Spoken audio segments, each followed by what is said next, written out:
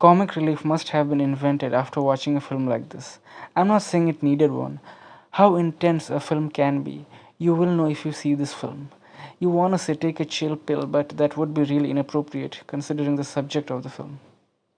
Screenplay. It is a character driven film that takes the route of a non linear, fragmented timeline. Why was Khuddus so keen on helping the kid whose screams he heard through the walls of his house? Because no one did that for him when he needed it. Getting out of a maze that lays traps for you every day is one of the themes of the world of the story. It's not a plot twist driven film. I got that Khuddus and Iddu were the same person really early in the film, so I cannot say it's a slow burning suspense. What kept me into the story was the story itself, the life of Iddu with his mother, his baby brother, and soon to be born sibling, his father making their life hell. I didn't need suspense or thrill to sit through their story. You start empathizing with Khuddus after every scene from his childhood, thus saving Khuddus the trouble of explaining himself. Iddu and his mother. Peace he experienced the only time at his house and also the last time in his life he experienced warmth and compassion. In retrospect, you feel sad for Khuddus after we come back to his world from the time he was spending with his mother. Iddu, the childhood self of Khuddus, an innocent kid wanting to protect his mother and his baby brothers by running away with them. He did eventually get them out of this hell, but couldn't do the same for himself. The place he was escaping from caught up to him.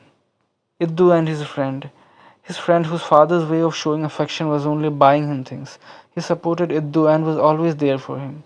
The only thing Iddu earned in his life, you can say.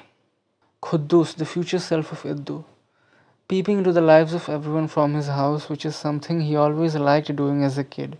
Maybe because there was nothing to bring a smile to his face about his own life, so he liked exploring the lives of others. His character was unfolding before our eyes through his childhood. Great use of sound design. When Khuddus hears the kid getting beaten up who he wants to save, the volume of score goes up, then the diegetic sound, which are the screams Khuddus hears, telling us it's not real. Great writing of the father's character, humanizing him instead of making him look like the cliche dumb movie villain. He was an abusive father, but he also loved his child, not making a caricature out of him because he is an abusive father. So every single day he wakes up to whack his kid. When they eat together, he slaps his kid while chewing his food just to fit into that character. Great character writing by Dipesh Jain. Performances. The toughest Manoj Bajpayee performance. Now I know what he meant when he said that's the hardest he had to work for any character. It's not the character that can rely on dialogues. The only way is to completely embody that character. From head to toe, he had to be like Khuddus, and not just the physical aspects of it.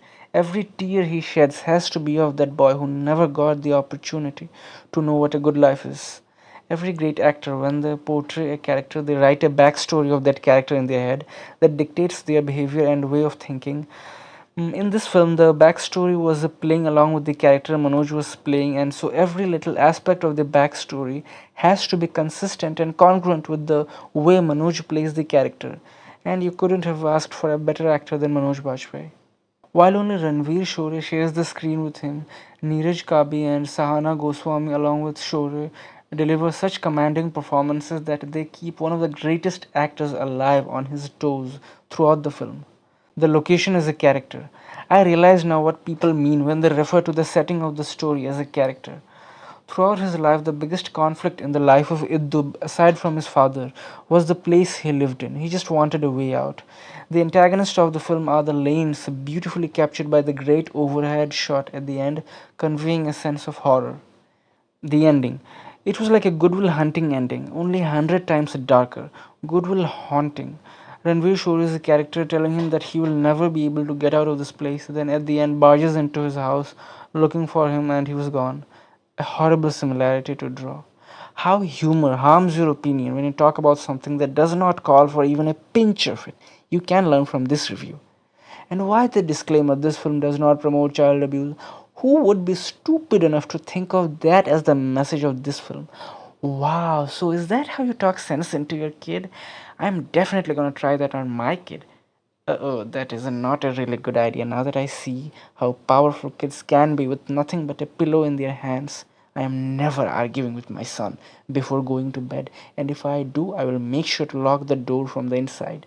The only criticism of this film is I didn't feel sad enough. I know it's sad, but I didn't feel it in my gut like a sucker punch. Maybe that was the intent of the director.